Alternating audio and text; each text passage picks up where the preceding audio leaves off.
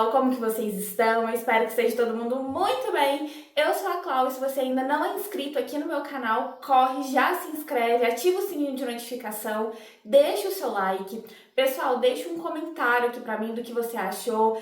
Caso eu tenha deixado de abordar algum tema sobre o caso, deixa aqui o que você sabe.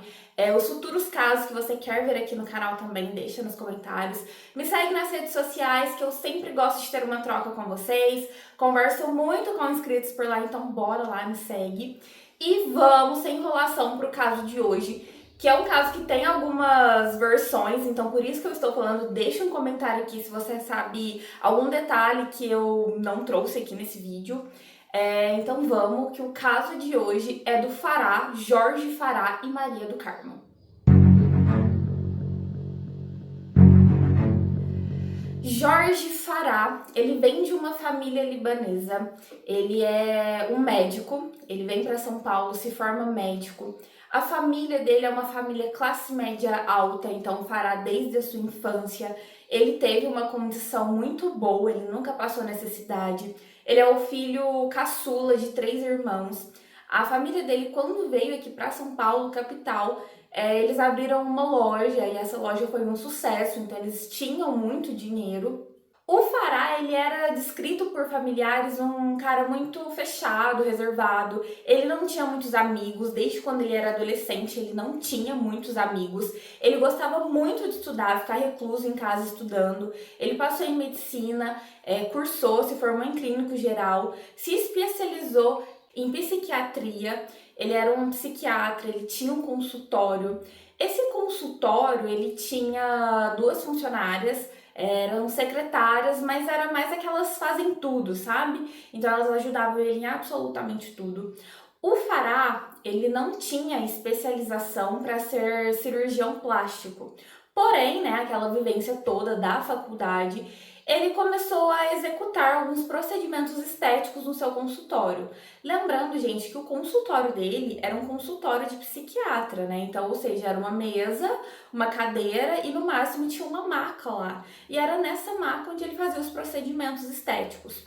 O Fará, ele cobrava um valor bem inferior perto de outros profissionais, tanto que o público do Fará era classe média baixa.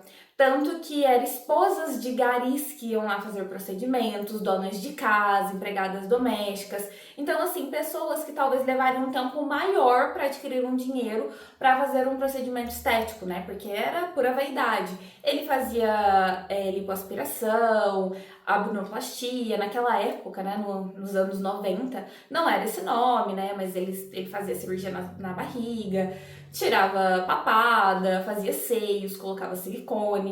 Então, tudo o que era feito em um hospital, o Fará fazia por conta própria no seu consultório. O Fará usava um medicamento que ele não anestesiava as pacientes, apenas deixava elas sonolentas, meio adormecidas por um tempo, e isso é completamente errado, né? Até porque ele não anestesiava. Lembrando que todo procedimento anestésico deve ser feito em um hospital, acompanhado por um anestesista. O anestesista não pode fazer a cirurgia. Então o Fará fazia completamente assim, ó, tudo errado mesmo. Ele chegou a ter algumas denúncias, porque o consultório, gente, era deplorável. Era muito porco, usando o português claro. Era sujo. O Fará não contratava pessoas especialistas em limpeza para dar uma geral lá no consultório. Era ele quem limpava, às vezes a secretária limpava. Então, para ele fazer procedimentos estéticos, além de não estar no ambiente adequado, né, não era um hospital, ele também deixava tudo porco. Ele não esterilizava os equipamentos, ele não limpava da maneira correta, né? Não sei as palavras corretamente, né, que se usa, mas ele não esterilizava os equipamentos. Fará tinha vários clientes porque ele atendia pelos planos de saúde, e é aí que ele conhece a Maria do Carmo.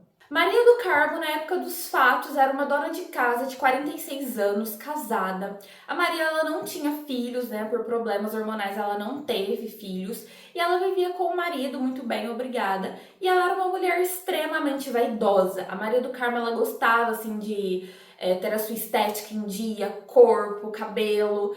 E ela descobriu a clínica do Fará, na verdade, porque ela precisou tirar um nódulo da perna. E o plano de saúde recomendou o Fará. Então foi através desse procedimento que ela conheceu o médico. Ela foi, passou pelo Fará, eles tiveram uma conexão e é aí que entram algumas teorias. Muitas fontes dizem que Maria do Carmo não teve nenhum envolvimento amoroso com o Fará.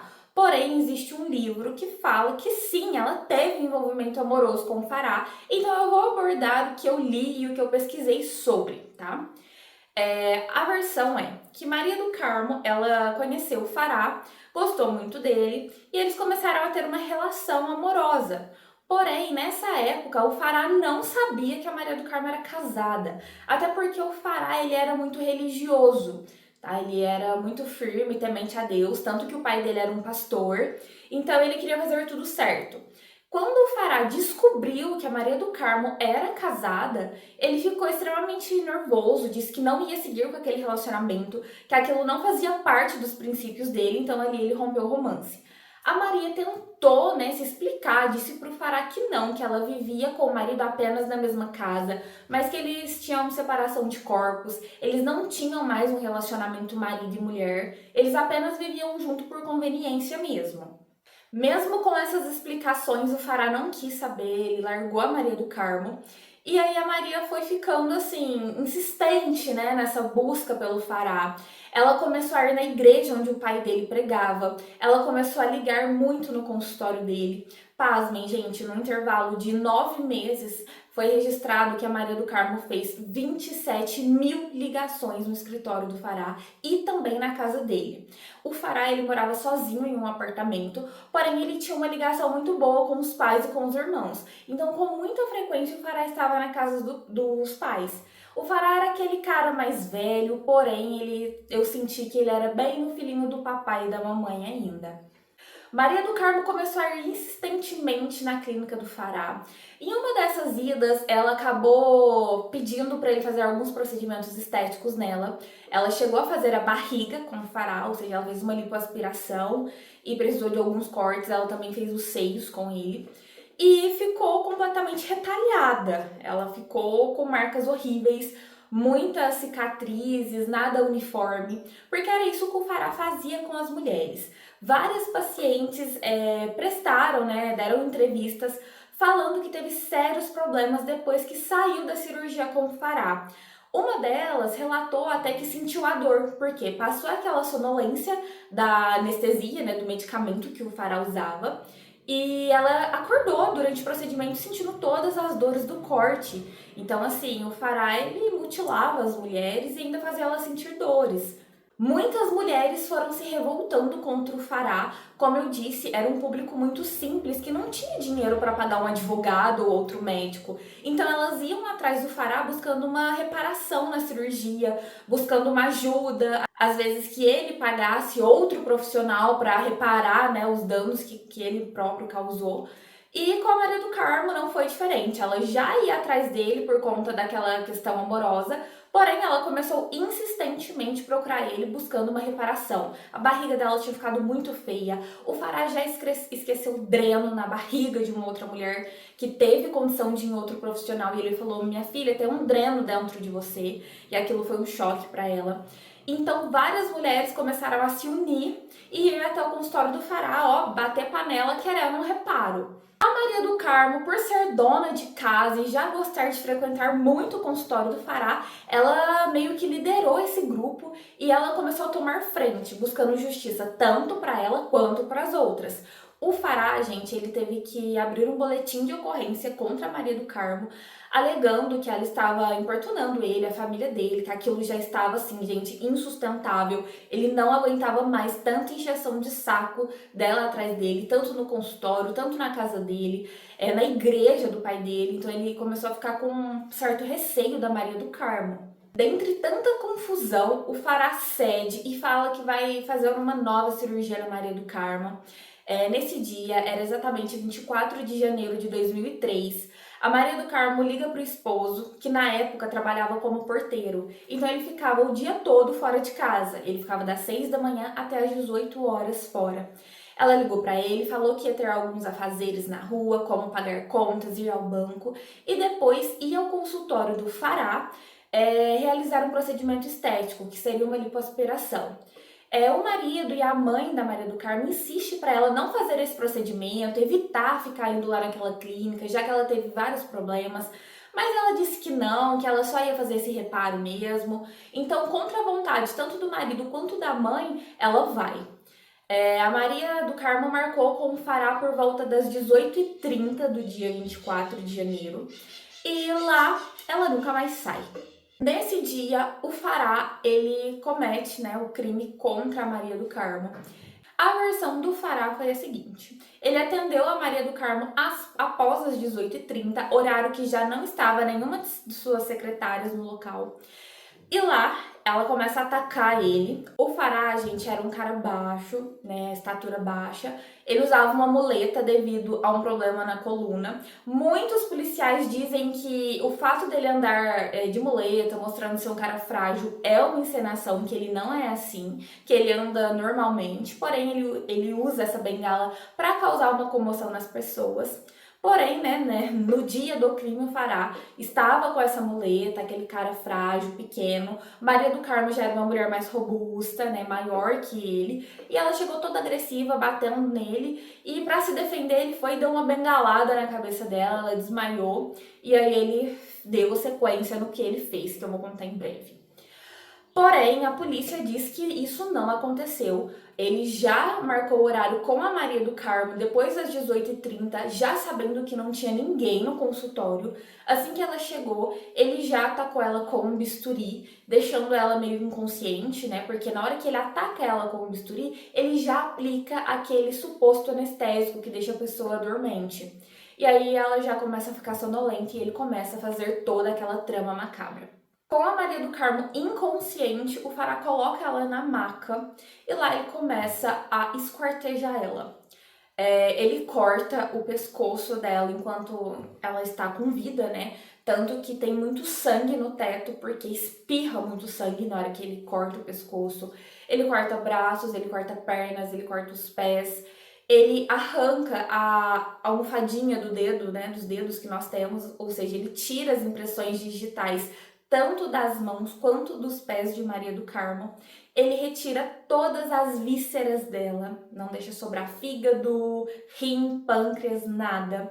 Ele desfigura completamente o rosto dela, ele arranca partes do rosto, ele arranca partes do seio, tanto que essa parte do seio já estava no osso, né, nessa placa torácica nossa, né, esses ossos, e o rosto a mesma coisa, estava no osso, ele desfigurou completamente a mulher.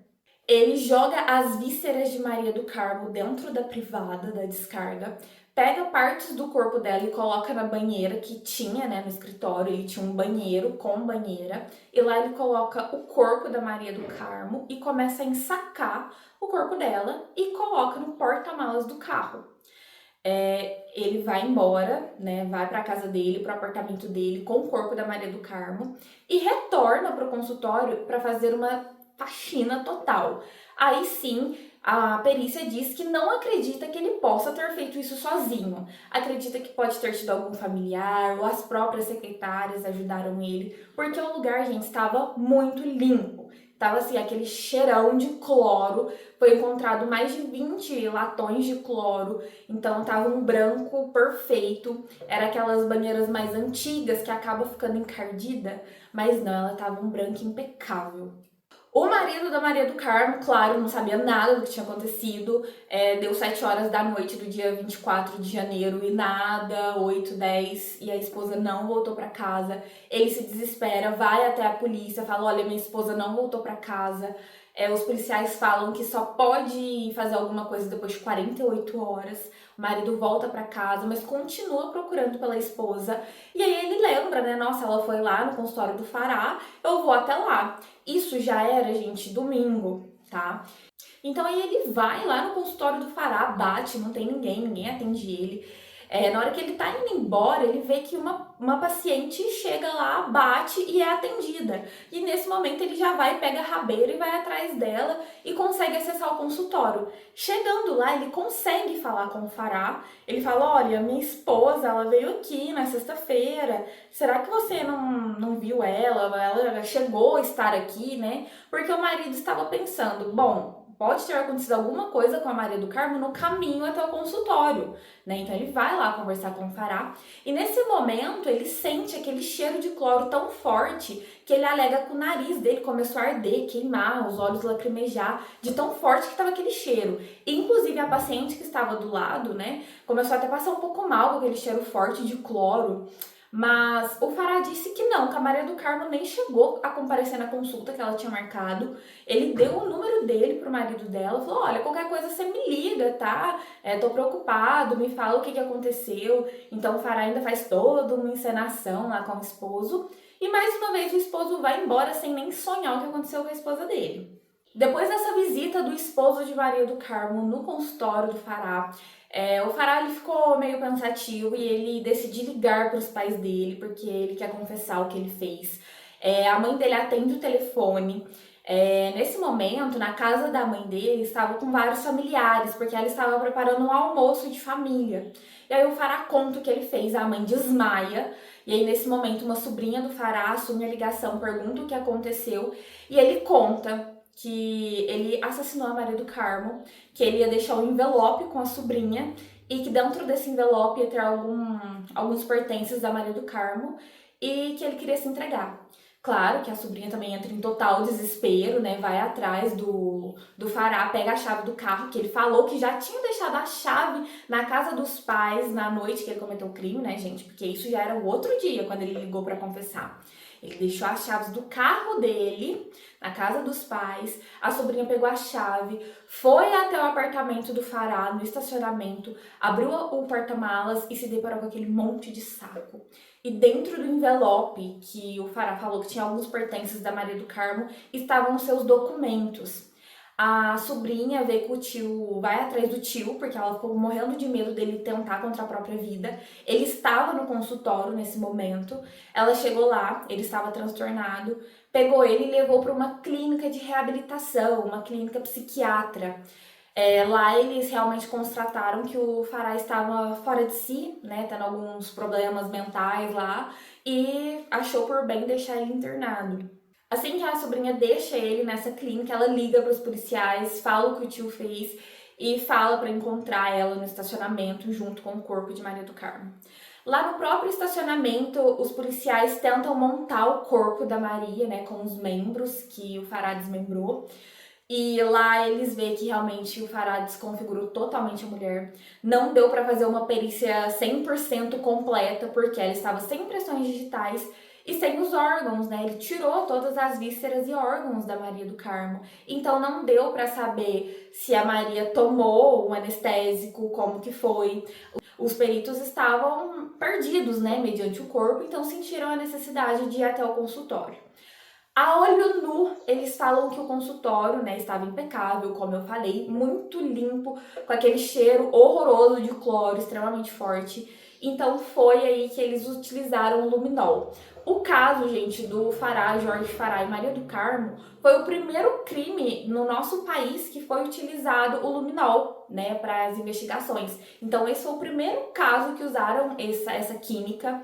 E lá, na hora que eles passaram o luminol, tinha muito sangue, principalmente no teto. Como eu disse, o Fará começou o esquartejamento com a Maria em vida, né? Então tinha aquela pulsação de sangue. Então espirrou sangue, gente, nas paredes, no teto. Tinha mais no teto do que no chão.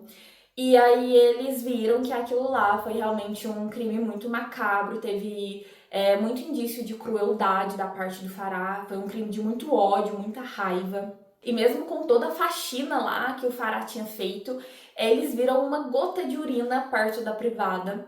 E aí eles colheram essa amostra e viu que era urina da Maria do Carmo e constataram sim que o Fará tinha dopado ela, né, para cometer esse crime. Então, através de uma mísera gotinha, a perícia conseguiu constatar que ela foi sim sedada. Porém, infelizmente, não sabe ao certo o que mais foi feito com ela, porque ela estava limpa por dentro, né, sem órgãos. Nesse momento, a perícia conclui, né, tudo o que aconteceu e vai atrás do Fará, que está na clínica. Eles preferem deixar o Fará lá mesmo, porque ele não estava bem, ele estava mostrando sinais bem psicóticos, né? Não sei a palavra ao certo, gente, mas ele não estava bem, ele estava meio perturbado. E a polícia também achou melhor deixar ele lá. Ele confessou o crime naquela versão que eu disse antes, que a Maria chegou lá, começou a atacar ele e por legítima defesa ele fez o que fez, só que ele não lembra. Ele disse que não lembrava, ele lembra do ataque dela e ele disse que saiu tanto de si que ele não lembra de ter matado ela, esquartejado, arrancado órgãos, ele não lembra de absolutamente nada, tá? Essa foi a versão do Farah. Não lembro, não sei. Se fiz, não sei por que fiz. Claro que isso não colou para a polícia. O Farah ele ficou um tempo preso, né, nessa clínica. Ele começou a responder pela prisão nessa clínica psiquiatra. Depois eles levaram ele para um presídio, né, para pessoas que já tinham formação superior, né, que tinham uma graduação. Lá ele mostrou um ótimo comportamento, né, aquela historinha toda, né? Ótimo comportamento, não oferecia risco a ninguém, ajudava muitas pessoas, ajudava na cozinha, ele fazia até comida síria pro pessoal lá, né, que era a terra dele, o país de onde ele veio. Então o Farah ele se mostrava ser uma pessoa própria para sair da cadeia. Ou seja, em pouco tempo o Farah começou a cumprir a pena em liberdade. O Farah, gente, ele passou por muitas consultas psiquiátricas, ele fez o teste do Rorschach. O Farah ele foi considerado uma pessoa semi-imputável, tá? Então, por isso que ele teve muita regalia na condenação, nesse processo, por isso que ele ficou na clínica psiquiatra. Logo, ele teve, sim, a liberdade para começar a cumprir a prisão em casa. Então, foi, realmente muita regalia, porque ele era considerado semi-imputável. Então, nesse tempo em que o Farah foi solto, né, isso ocorreu em 2007, mediante um habeas corpus, ele conseguiu essa liberdade até ele aguardar o julgamento, né, ele ficou em casa, e aí ele começou a estudar gerontologia, né, ele começou a estudar porque ele viu que na medicina ele não ia conseguir voltar ativa, então ele quis se aperfeiçoar, estudar outras coisas. Algumas fontes dizem que ele começou até a estudar direito, porque ele já sabia que como médico já era para ele. O Farah ele começou a residir na antiga casa dos pais, porque nesse momento os pais já haviam morrido, o Farah não trabalhava, os irmãos e sobrinhos que sustentavam ele, né, porque ele não tinha mais nenhuma fonte. E aí em 2014, de 2007 até 2014, o Farah ficou nessa, e aí saiu a condenação dele. O Farah ele foi condenado a 16 anos de prisão. Os advogados dele recorreu a essa condenação. Enquanto eles faziam, né, eles recorriam, ele continuou em liberdade. E em 2018 ele teve uma nova condenação, que aí abaixou a pena dele para 14 anos. E aí ele continuou em liberdade, mesmo com a nova pena. Quando saiu essa nova condenação dele, lá em 2018, o Farah ele viu uma movimentação na frente da casa dos pais. Né? Tinha muito jornalista, tinha muito repórter, muitos anônimos lá também, vizinhos. Ele viu que teve uma movimentação e que provavelmente, né, nessa nova condenação, talvez ele teria que voltar para a prisão, pelo menos por um tempo. E o Farah falava para todo mundo que ele não iria voltar para a prisão de forma alguma. Era uma coisa que ele jamais aceitaria, era voltar para cadeia. Por mais que ele era tratado como um rei lá, né, gente? Porque a prisão dele era exclusiva, era uma penitenciária somente para pessoas formadas, pessoas cultas, entre aspas, sabe? Então, assim, ele já falava que para cadeia ele não ia voltar. Pois bem, o Farah, que não era bobo nem nada, já desconfiou que aquela movimentação não era à toa, e é aí que ele tenta contra a própria vida. Pessoal, antes até de entrar nessa parte que ele tenta contra a própria vida, durante esses anos que o Farah teve uma liberdade, ele começou a fazer alguns procedimentos estéticos. Os vizinhos dele alegam que viram ele várias vezes com roupa de mulher, ele colocou um pouco de seio, ele começou a tomar alguns hormônios femininos, então ele começou a ter algumas características femininas, tá? Ele começou a entrar numa onda aí que ele queria talvez mudar o sexo, né? Alguma coisa do tipo. E no dia que os policiais vão até o Farah, eles batem, né? O Farah pede um momento para eles e os policiais chegam a ficar muito tempo lá, acredito que mais de 1 hora esperando o Farah. Eles viram que ele não ia sair e aí eles arrombam a porta da sala e eles encontram todas as janelas fechadas, então o clima estava meio escuro, uma música fúnebre no fundo, e o Farah vestido de mulher, deitado no chão, já sem a vida, né? Já tava morto. Ou seja, o Farah, ele tira a própria vida vestido de mulher com uma música fúnebre no fundo. Ele fez um cenário bem macabro aí para a própria morte. E é assim que ele não voltou realmente mais para a prisão. Bom, pessoal, esse foi o caso do Farah, Jorge Farah. É um caso que tem muitas versões. Tem a versão de que Maria do Carmo tinha um caso com ele, de que não tinha, de que foi assim, de que foi assado, de que o crime foi dessa forma, de que foi de outra. Então eu trouxe as fontes que eu peguei no livro, que eu peguei nas entrevistas, reportagens, enfim. Foi um caso que eu vi bastante e foi o que eu achei mais sensato e mais verdadeiro trazer aqui pra vocês.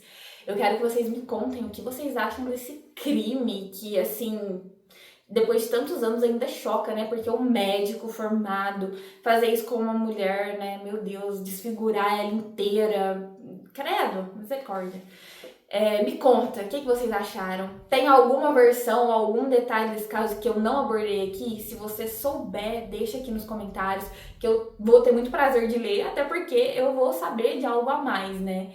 Então, bora lá, me conta o que vocês acharam e deixa uma sugestão dos próximos casos. Um beijo, pessoal, fiquem com Deus e até a próxima!